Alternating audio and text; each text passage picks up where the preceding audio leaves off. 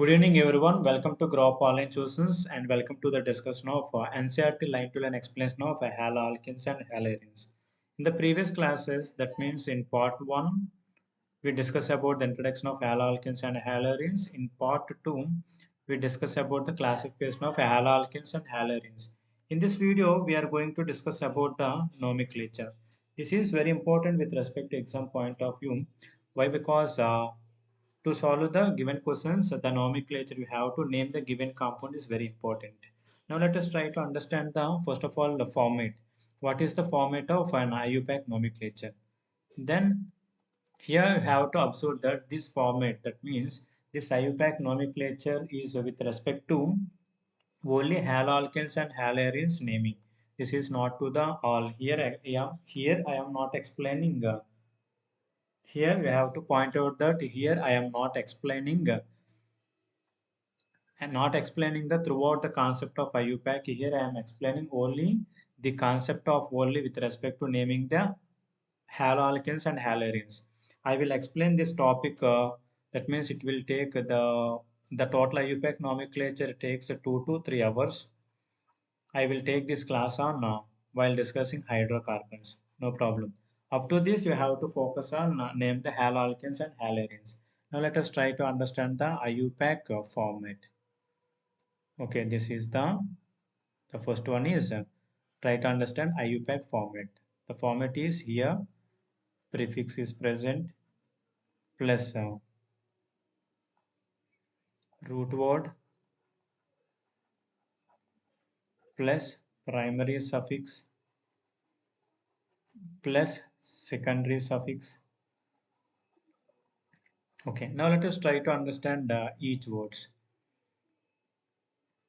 Here prefix means the substituents. The substituents present in the straight chain. For example, here chlorines are present, bromine, sometimes methyl group, and sometimes ethyl, that means C2H5. These are called the substituents. These namings are chloro, bromo, and the next one methyl, and the next one ethyl. These are the naming for the prefixes. And next one, the root word which indicates the number of carbons. The number of carbons present in the parent chain. For example, if the carbon is 1, that we call the C1, it is meth. C2, eth. C3, prop. C4, but. And the next one, C5, pent. C6, hex. C7, hept. C8, oct. C9, none. C10, dec. Dec, none. Okay, na? And the next one, the primary suffix. The primary suffix which indicates the presence of carbon between carbon. Which bond is present between carbon and carbon? Here we observe that these are named as ane. If a double bond between two carbons, these are named as ene. And a triple bond between carbon, these are called as ine. Okay, and the secondary suffix. The secondary suffix which indicates the main functional group. Main functional group. This is called the secondary suffix, which means main functional groups. We have main functional groups that as alcohol. The word Al is added, OL. Next one, aldehyde. Al is added. And next, C double bond O, ketone. That means 1. Okay, next ester, C double bond O, bond. To use O8. O8 is added at the end of the name. Okay, now let us try to understand these root words. I hope individual terminology is clear to you. In IUPAC format, that is first one prefix, which means the substituents, that is called chloro, bromo, methyl, and ethyl. And second one root words, which means C1, the number of carbons. Then in a straight chain, how many carbons are present? This indicates Okay, if carbon is C1, meth, and carbon is C2, C2, yeah, sorry, C1 meth, C2 eth, C3 prop, C4 but, pent, hex, oct, dec, none. Okay, na? These are the ninth one is dec. Ninth one is if the 9 carbons are present, dec, and 10 carbons are present, none. None, NON. And a primary suffix which indicates the carbon, the bond between the carbon and carbon. Here, single bond that is N, double bond in, triple bond in. And secondary suffix that is main functional group. Here, the main functional group is OH, that is OL. Okay, and CH-aldehyde AL, ketone 1, and next one is ester. Ester which indicates the last name is OA, OAT, O8. I hope IUPAC format is clear to you. Now let us try to understand the IUPAC nomenclature. Here the example, to understand the above format we can take an example. Now let us take here CH3 bond CH bond CH3 bond CH2 bond CH2 bond Cl. Okay, here is the, okay, now let us take the textbook questions. Now let us try to understand the in-text questions only. Okay, here CH3. Now let us take an examples. Here we have CH3, CH2, CH2Br. Okay, first of all prefix. Okay, na. Here we have to find out that number of straight chains. Straight chain we have to qualify. Here 1, 2, 3. This is the straight chain. That means number of carbons are 3 carbons. So root word is prop. Okay, is there any substituents present?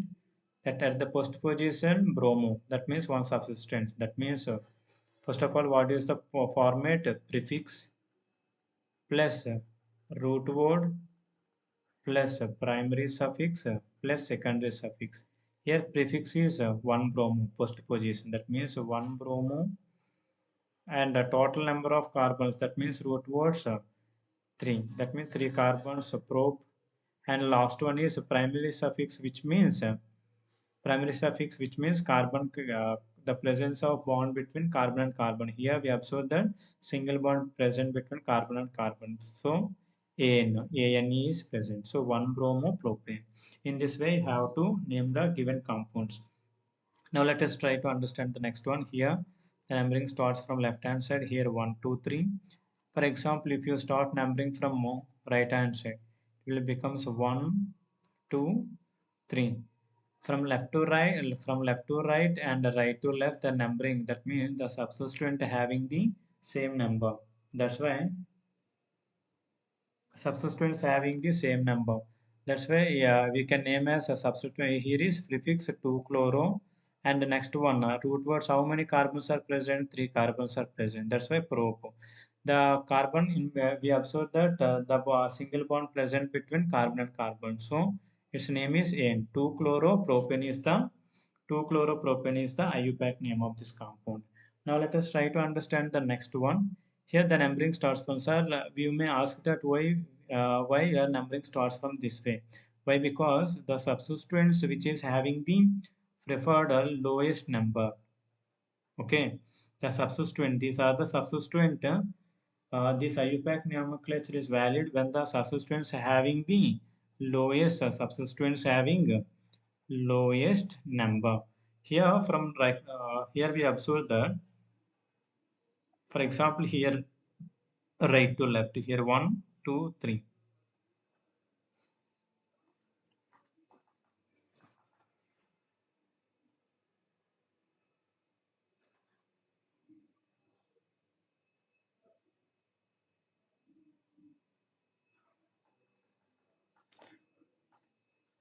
Okay, here we already observed that here numbering starts from right hand side 1, 2, 3, and from left to right here 1, 2, 3.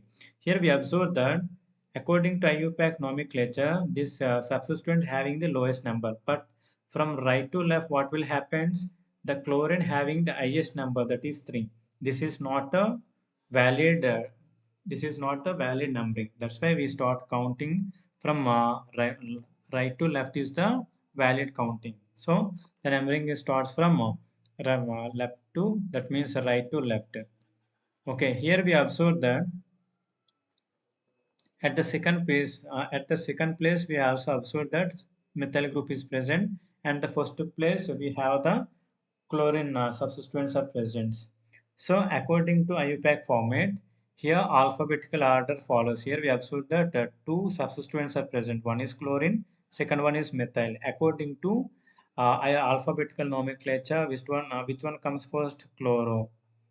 C and ఇక్కడ methyl.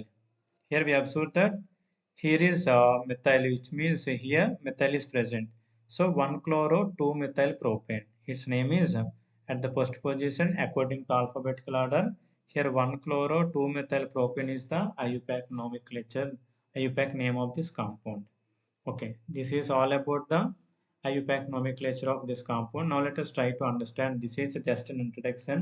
I will take some examples to explain. Now let us see what is the concept present in NCERT.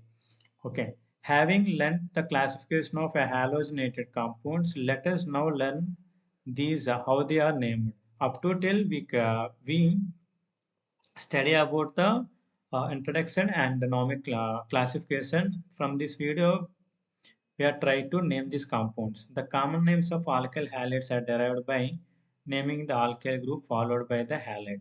Here common names, how to designate these common names, you have to put an alkyl halide. That means after the alkyl group you have to add halide. Then the IUPAC nomenclature, the alkyl halides are named as halogenated substituted, halo-substituted hydrocarbons. For monohalogen substituted derivatives of benzene, the common name and IUPAC names are the same. Here we have to observe that this point is important with respect to exam point of view. Why? Because we observed in a 2023 question paper, most of the questions are statement format. That means uh, we have to pick up one. They pick up one statement. They pick up one line from the NCERT and gives as a statement type.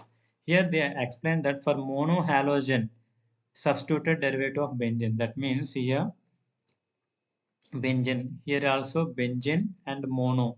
Only one halogen is attached to this benzene. In this case, the common name and IUPAC name is same. Okay.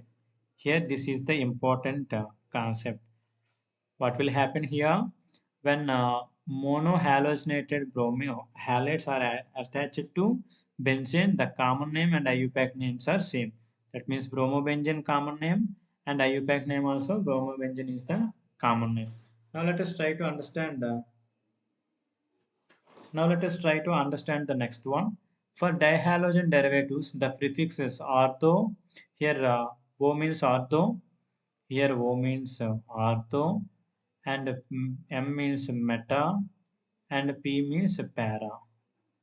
Okay, used in the common system, but these are used in prefixes. These prefixes are used in common system, that is oxygen, meta, that means sorry, ortho, meta, para are used in common names, but according to IUPAC names, these are used as 1, 2. Ortho means 1, 2.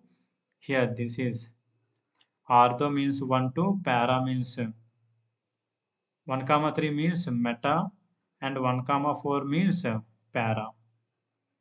I hope this concept is clear to you. This concept, now let us explain this concept by taking example. Here is the examples. Here we observe that. Now let us see the positions. I hope all of you have a clear idea about the positions of all the meta para. Okay, now let us take an benzene. Now let us try to identify the ortho para positions. Okay, here is the substituent is present. Okay, here we observe that the adjacent to this position, that is here is the ortho. These two positions are called ortho positions, and this position is called the meta, and here also meta, and this position is called the para. I hope where the position of ortho, meta, para is clear to you. Now let us try to understand in this example. Here we observe that here in common names meta, that means here this is the main concept. This is the main substituted benzene. Here is the substitution. That means at the position, meta position, here is ortho, ortho, meta, meta, para. So what will happen is the meta dibromo. Here at the meta position, bromine is present, and the main substituent group bromine. Two bromines are present. Meta-dibromobenzene is the common name.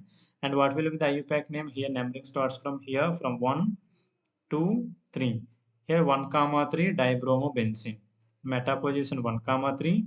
And the next one here we observe that its a common name is symmetrical. That means if you pass a plane through this bromine, these two are identical. Here we observe that these two are identical. And next case, if the plane through this bromine and these two are identical. If the plane pass through this bromine and carbon atoms, these two are identical. That's why we call symmetrical tribromo. Why we use a tribromo? Why? Because it has three bromines. That's why we use tribromo. But according to IUPAC nomenclature, you have to represent it in number system. Okay, now let us try to understand in according to IUPAC. Here the numbering starts from 1, 2, 3, 4, 5, 6. We observe that first position, third position, and fifth position having the bromines. That's why here 135 tribromobenzene is the IUPAC name of this aromatic substituted compounds. Okay, now let us try to. I hope the IUPAC nomenclature is clear to in aromatic compounds. Now let us try to understand the another examples. Here the numbering starts from in this way. Why? Because the substitute having the lowest number. That is here 1, 2, 3. Here observe the second position two methyl groups and first position one chloro group act as a substituents. So according to alphabetical order, the chloro comes first. That's why 1 chloro 2 comma 2. At the second position we have the two methyl groups. 1 chloro 2 comma 2 dimethyl. Here why we use a di? Why? Because two methyl groups are present. That's why 1 chloro 2 comma 2 dimethyl. So total numbers of the carbons are 3. So what will be the root word for this? Propane. That means 1 chloro 2 comma 2 dimethyl propane is the IUPAC name of this compounds. Now let us try to understand this. Here the numbering starts from 1, 2, 3. Here also 1, 2, 3. There is no change in the substituent numbering, that is 2. That means here directly 2 bromo, total number of carbons are 3. That means root word is prop, and here we observe that carbon in between carbon and carbon only single bond is present. That means primary suffix is an. Okay, here we observe that carbon carbon single bond present. We that's why we add an ane is added. In this way, you have to name the name according to IUPAC nomenclature. Okay, the next important concept is that the dihaloalkanes having the same type of halogen atoms are named as alkaline dihalides. Okay, the dihalogen compounds having both the halogen atoms are further classified into geminal halides or gem dihalides when the both halogen atoms present on the same carbon, and vicinal halides when halogen atoms are present to the adjacent side. In common name, gem dihalides are named as alkylidine halides and vicinal dihalides are named as alkaline dihalides. Okay, what happens in this paragraph? Now let us try to understand that. I will explain in a simple form.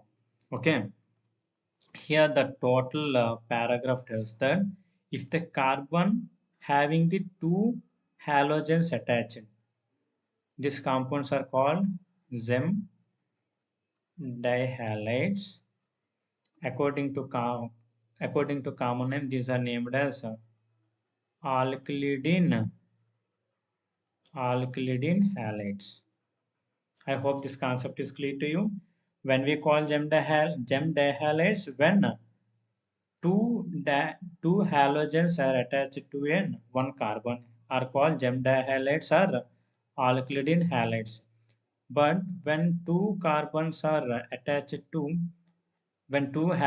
attached to adjacent carbons, this format is called the vicinal dihalides or vicinal dihalides or Here, vinyl dihalides are alkaline.